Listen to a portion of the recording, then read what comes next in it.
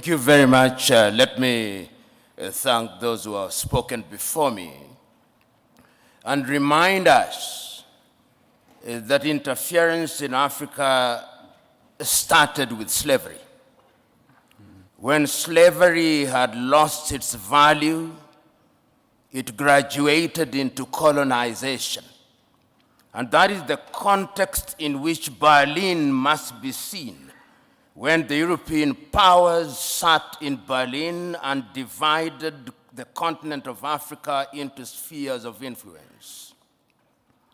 When colonization had lost its luster through a combination of certain realities and agitation from the continent, we regained our independence. But as John Henry Clark, that great African-American, said, we regained independence by mimicking European governance systems. And he rightly says, no African country will ever succeed on the basis of those systems. After that, the neo-colonial project was instituted. And all of us will remember Kwame Nkrumah's book, Neo-Colonialism, the Last Stage of Imperialism. And he there says the most dangerous. We are now in a neo-colonial stage when the European powers are at their most diabolical, when the Americans are at their most diabolical. And it's not lost on me that they'll be meeting in Hiroshima next week as the G7. And how do they interfere? They interfere militarily. They ensure that you in the military are trained in Sandhurst, are trained in West Point, so they affect your mind. They interfere diplomatically, sometimes through gunboat diplomacy. And that is why you see sometimes your typical European ambassador treats our heads of states in a condescending manner. They interfere through institutions such as the IMF and the World Bank. They interfere by ensuring that our economic infrastructure is beholden to theirs through dollarization. They interfere through education. They interfere by influencing our processes, by lending us advisors who tell us what to do. The neo-colonial project is alive and well, and it is at its most dangerous, and we Africans must smell the coffee. If we don't, they are going to continue to interfere. How else do they interfere? Through NGOs, Danida, CEDA, UK Aid, US Aid. These are Trojan horses that are introduced into our countries for the purpose of influencing our processes. And they infiltrate our institutions. Right now, if you look at the African Development Bank, look at the shareholding. It's Americans, it's Germans, it's Japanese, it's the French. And the Europeans have done their bit. They also interfere through post-colonial institutions, the Commonwealth of independent nations. They are not sovereign states, former French-speaking nations. These are the instruments that they interfere through. And how do we then deal with this situation? We Africans must now begin to recognize, and this was recognized as early as 1963, and the chair of the commission is here. They'll be celebrating 60 years in Addis Ababa, Ethiopia.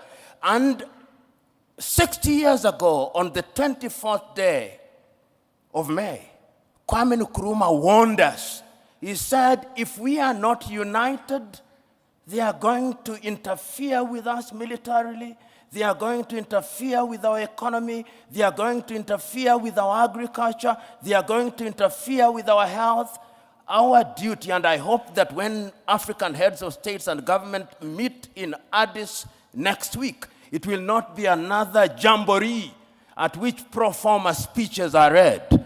I hope it will be an occasion to give meaning to Africa Agenda 2063 I hope it will be an occasion to give meaning to Africa Continental Free Trade Area. I hope it will be an occasion to revitalize the Malabo Declaration, the Maputo Declaration, the Yamoussoukro Declaration. In other words, we Africans, as I conclude, we Africans must stop operating in silos. Rwanda alone will not confront them.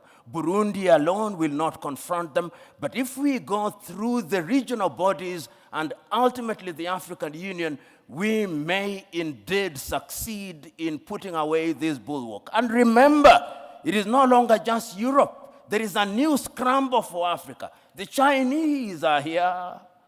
The Turks are here. The Qataris are here. All of them are coming back. And the military bases that you see here is telling you that if you don't behave, we are going to use force. Sometimes I wish, and I'm saying this seriously, that we too had a nuclear weapon, because that is what Europe and America understands. The impact of European and American and Russian and Chinese interference is a raw wound. It is not something that is in the past. It is something that is happening as we speak. And therefore, when we speak to it, we are speaking to it to warn ourselves of the reality. When we speak about the Danidas and the NGOs, these are bodies whose raison d'etre is to ensure that we remain in a perpetual state of begging. That is what we are doing to warn ourselves. And we are not for 1 minute saying that we will shut ourselves out from the rest of the world. What we are saying is that we must define how we engage with the whole world. And we are saying that as individual countries, we are weak, and the rest of the world wants to operate and to deal with us in our weak state. The United States of America are dealing with Rwanda on second-hand clothing. Rwanda cannot resist them. Burundi cannot. Kenya cannot. Uganda cannot. But if we are East Africa with a population of 300 million, we can. If we are SADC, we can. If we are ECOWAS, we can. So this is what we are saying. And we are saying further that going forward, we must also recognize our internal weaknesses. And what is our weaknesses? Chinua Achebe said it very well. The problem of Africa is simply and squarely one of political leadership. The rank of many political leaders in Africa are thieves. Let's call them by their name. They are thieves. They are individuals who are not interested in the interest of this country. And as long as we continue electing such individuals into positions of power across Africa, they are going to be manipulated. What then is the responsibility of the citizenry? The responsibility of the citizenry is to make demands. The chairman here, I hope he has received the several letters that I have written to him. I've written several letters to his organization, talking about the role of the African Union in peacemaking. I wrote to the chairman only last week about the situation in Sudan, saying we must solve our own problems. And I want to see a crusading African Union, so that it's not the Americans and the Saudi Arabians who are summoning them to Jeddah. It should be in Addis Ababa. In a nutshell, Joe, what I'm saying is that we have a responsibility to ourselves, both at the leadership level and at levels of the civic society. We must be engaged in a positive manner, and we must keep on shouting without being diplomatic, because diplomacy is lulling us into a false sense of security. And lastly, I want to say this. When foreign powers come, we must always be reminded of these goodies that they bring to us. It used to be said of the Trojan War that even when the Greeks bear a gift, they do not mean well. They never mean well. And the sooner we say it, recognizing the external threat, recognizing the domestic weaknesses, the safer we are. Right now, as I conclude, there is a group of experts going around East Africa collecting views about the constitution of East Africa. I've just written to them this morning. They are leaving Kenya. If you ask 10 Kenyans, possibly only one knows they are in Kenya. Then they will be going to Burundi. If you ask your typical African about Africa Agenda 2063 out of 10, if 2 know about Africa Agenda 2063, you'll be lucky. If you ask them about the Africa Continental Free Trade Area, 10, if 2 know, you'll be lucky. In other words, we are not doing well. And I'm going to be blunt at these functions.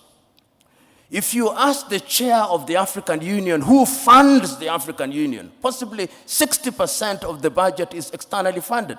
He who pays the piper calls the tune. That is the reality of the world. We must begin to pay for our own things in order to be understood and to be respected. In other words, Africa recognizes the need to define herself and to define her agenda. And I do not begrudge nations that define themselves and their agenda. Ronald Reagan once said it, and I agreed with him, that every nation does what is in her best interest. And I have no problem with that. The problem that we have is that at critical moments in African history, we have failed to seize the moment. You will remember in 1917 at the Champaran campaign, Mahatma Gandhi told Charlie Andrews, I do not want you to participate because at this point in time, the Indians must believe that they can do it themselves. In other words, there comes a time in the history of a nation when even friends of goodwill must be told, keep aside. We want to believe that we can do it, and your help must be surreptitious and subterranean if you are a person of goodwill. And the Champaran philosophy is what we must define for ourselves. In the year 2005, the former Prime Minister of Britain, Tony Blair, put together 17 individuals in what was then called Our Common Interest, the report on the African Commission. The Prime Minister, he was then the President of the European Union, from which Britain has now left, and he was also the President of the G8 at that time before the exclusion of Russia. They produced a report. Right now, when I see the Blair Institute moving around Africa, they are implementing exactly what was in that particular report, and I have a copy of it, not for the benefit of Africa, but for the benefit of the Institute. And what they have done is to sugarcoat it and camouflage it for the purpose of hoodwinking Africa and for the purposes of creating an environment which benefits foreign companies to the detriment of the continent of Africa. So that some of these engagements are anodinal. They simply lull us into a false sense of security. Do I blame them? No. That is why I agree that we must decolonize all learning. I don't know who said it this, that if you have that the happiness of the slave is the comfort of the slave owner. And I'm saying that if Africa does not recognize this, then Africa will never recognize and realize our potential. The saying goes that if you behave like grass, goats will eat you. And many times we in the African continent behave like grass, and we are fit for eating.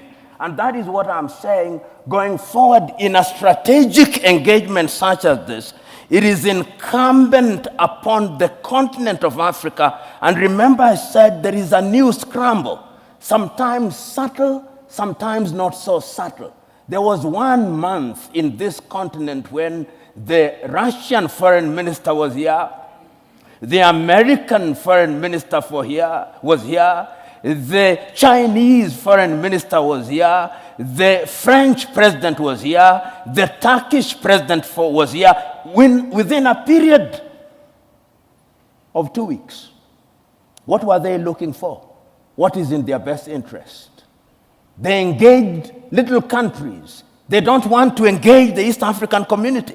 They don't want to engage SADC. They don't want to engage ECOWAS, because when they are big, they are not manipulable. And when on the 14th and 15th days of last year, the African heads of states and government were summoned, and I use the word summoned very deliberately, to Washington, D.C. After the president had spoken to them and given them photo ops, Africa was given 60 billion. 54 countries, 60 billion. And then the American president started engaging in bilateral agreements with Burundi, with Lesotho, with Kenya. That is what we are saying, that going forward we must be conscious. And as to training, our own Ngugi wa Thiong'o, in a book called The River Between, tells his lead character Wayaki, go unto him, learn what he has taught you, but bring it home and customize it for the benefit of our people. Learning is universal and defies geography, but there is wisdom in using that learning for our benefit. And very lastly, how do we distinguish the institutional conceptual West, which is diabolical, and the individual members of those countries that actually sometimes are on our side? Institutionalized conceptual West, as articulated through government, is fundamentally diabolical. Their pretension to the contrary notwithstanding. And therefore, when we engage with them, we must have our guards up. We are capable, in my view, of discerning who is better, and that is the duty of our leadership.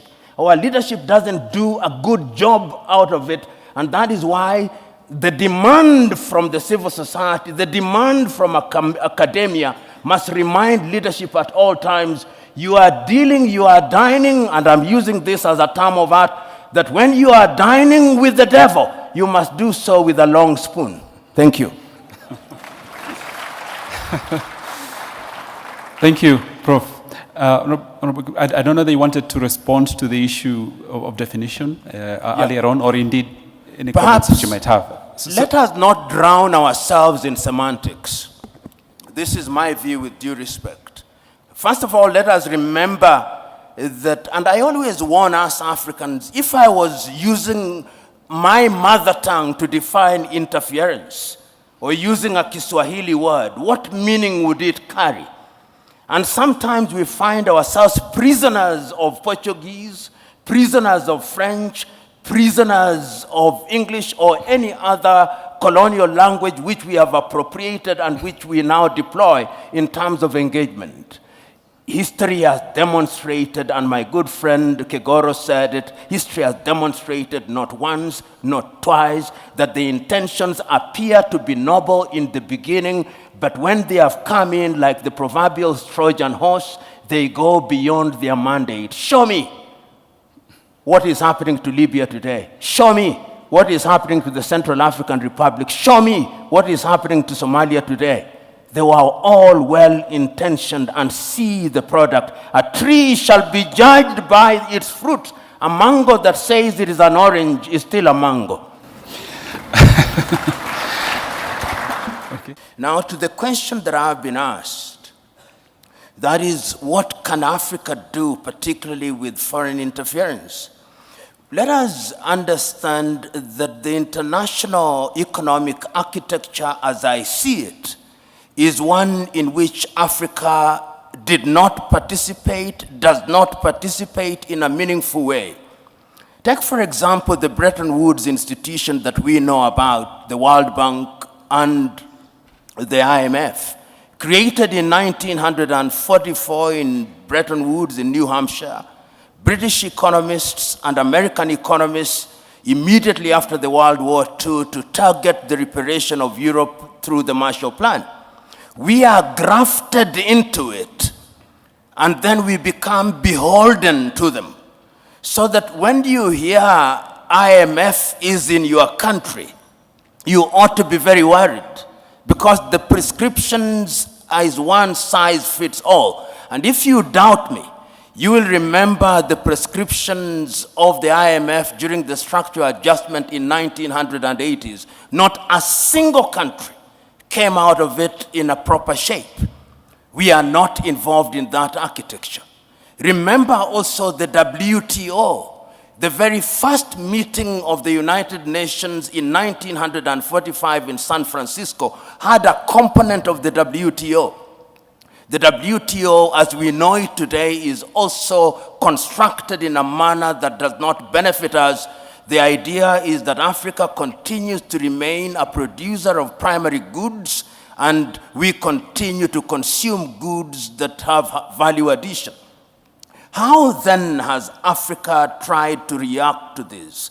There have been several initiatives. The very early initiatives were not even constructed by Africa. If you remember the African Pacific, Caribbean Pacific, the Lomé Convention, and the Cotonou Declaration, these were initiatives which were influenced from outside.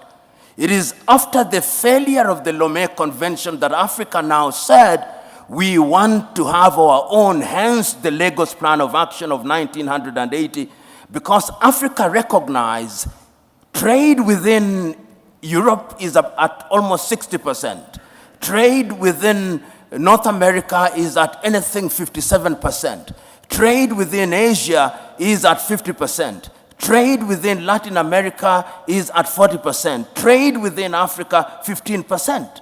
But the Lagos Plan of Action did not realize the dreams that we set for ourselves. So Africa has always identified the solution to our problems. In fact, and the president of the commission, or the chairman commission, will agree with me, if you listen to Kwame Nkrumah when he spoke on 24th day of May, 1963, he said, the only way in which we are going to ensure that we survive in this hostile world is to have one government. Perhaps some said he was naive, he was too idealistic, but he could see it. He could see that the smaller we are, the weaker we are in all aspects. He said, even one army, even one foreign policy, he said. And people thought he was naive. In 2013, when we came up with Africa Agenda 2063, and I invite you to read the letter written by Nkosazana and Dlamini Zuma, from whom the president took over. She is apologizing to Kwame Nkrumah. She's saying, we wish we listened to you. So what are we doing as Africa in terms of trying to deal with this foreign interference? Having recognized these, first of all, under the REX, the East African Community, you remember there was the Committee of Fast Tracking of the East African Community and East African Confederation. The first president of East Africa ought to have been sworn in 2010. It did not happen.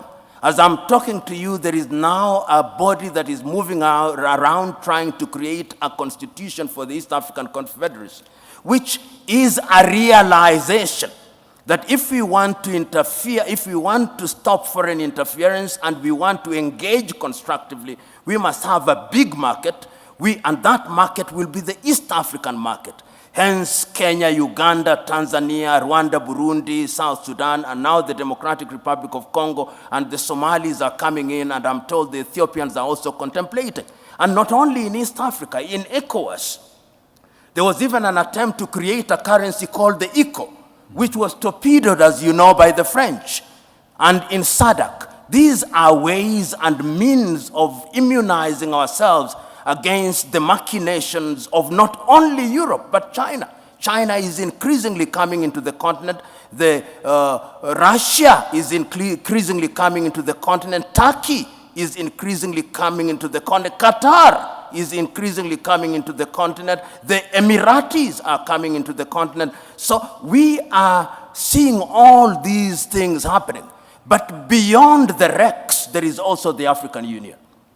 If you read Africa Agenda 2063 and the 7 aspirations, they are designed specifically to ensure that we form a bulwark against these foreign interference. And let me correct myself if I was misunderstood. They are small nations. Let's not delude ourselves. The theory of sovereignty of nations is a fiction. Right now, we will have meeting of the G7. Why? Because they are bigger economies and we are not there. Then we will have the G20, which are slightly bigger. Then they are the smaller nations, and they met recently in Brussels. So we must distinguish the fiction of equality of nations and the reality of nations. And when, therefore, we want to negotiate as the continent of Africa, we are saying the bigger we are, the better we are. So efforts are there. And as I conclude, I'm saying, if we look at Agenda 2063 and we look at Africa Continental Free Trade Area to eliminate tariff and non-tariff barriers, to allow for the free movement of persons, then we would be in a better position to engage. And I'll give this example. Look at East Africa. We said that we did not want second-hand clothing. Rwanda accepted. Then Uganda and Tanzania were persuaded by the United States of America, and we dropped out. This is what divide and rule is all about. So these things that we are talking about, they are not going to be realized in your lifetime. These are intergenerational battles.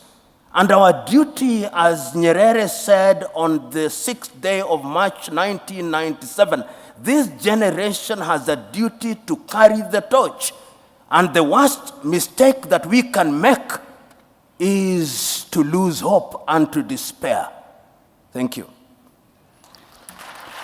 Thank you.